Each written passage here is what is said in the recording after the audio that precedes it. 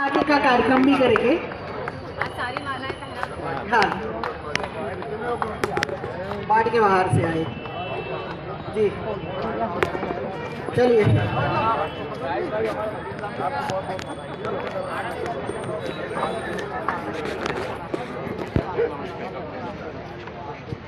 Okay, बाकी लोग जोरदार तालियों से स्वागत करें।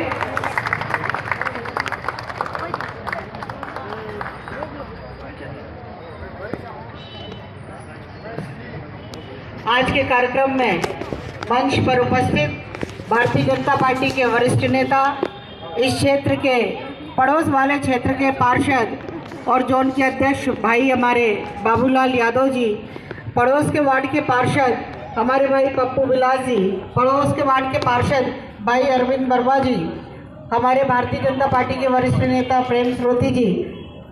मैं पिछड़ा वर्ग मोर्चे के प्रदेश के महामंत्री भाई राजाराम शिवरे जी, हमारे भाई यशवंत जी, हमारे भाई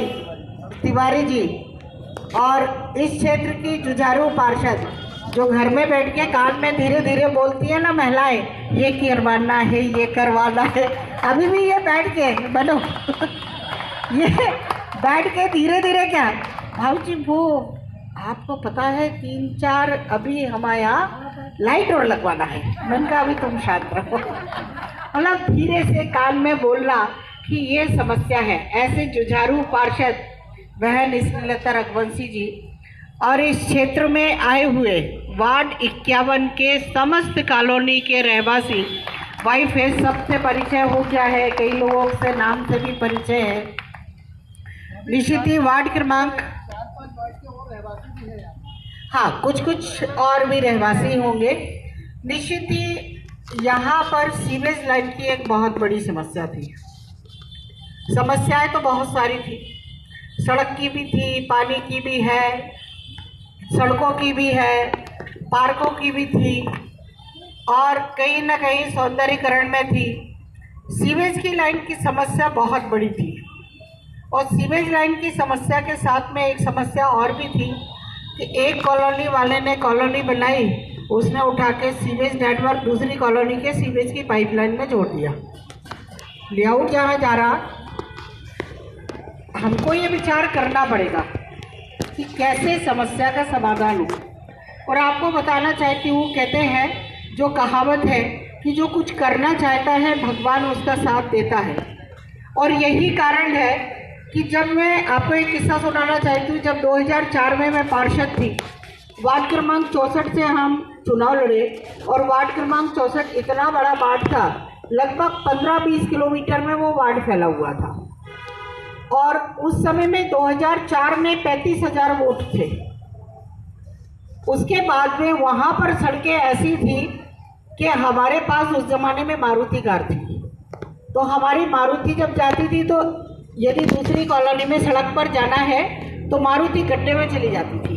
फिर गड्ढे से ऊपर आती थी, फिर गड्ढे में चली जाती थी। मतलब सड़क जहाँ थी एक कॉलोनी से दूसरी कॉलोनी में जाने के लिए इतने गड्ढे थे, कल्पना नहीं कर सकते थे। और उस समय, आज तो ये लोग लखपति हैं, इन लोगों को 50-50 लाख रुपए हमने वार्ड नियोजन निधि दिया है। उस समय तो वार्ड नियोजन निधि 5 लाख 7 लाख मिलती थी और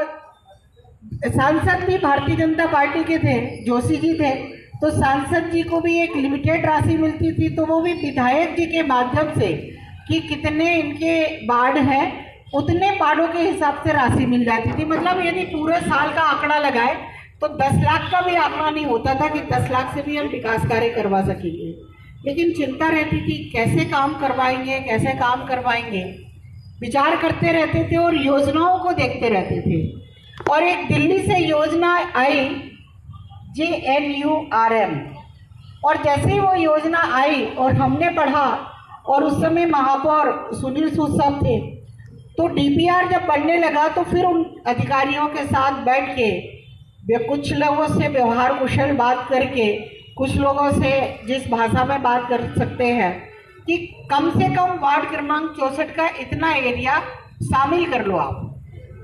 कब आएगी JNRM का प्रोजेक्ट, कब आएगा कब नहीं आएगा वो बात की बात है, लेकिन आप शामिल कर लो। और आपको विश्वास दिलाना चाहती हूँ समय ऐसा बदला कि 4 महीने नहीं लगे डीपीआर जाने के बाद और केंद्र सरकार से पैसा आ गया। उस समय केंद्र में भी कांग्रेस की सरकार थी, मध्य प्रदेश में भी दिग्विजय सिंह की सरकार थी,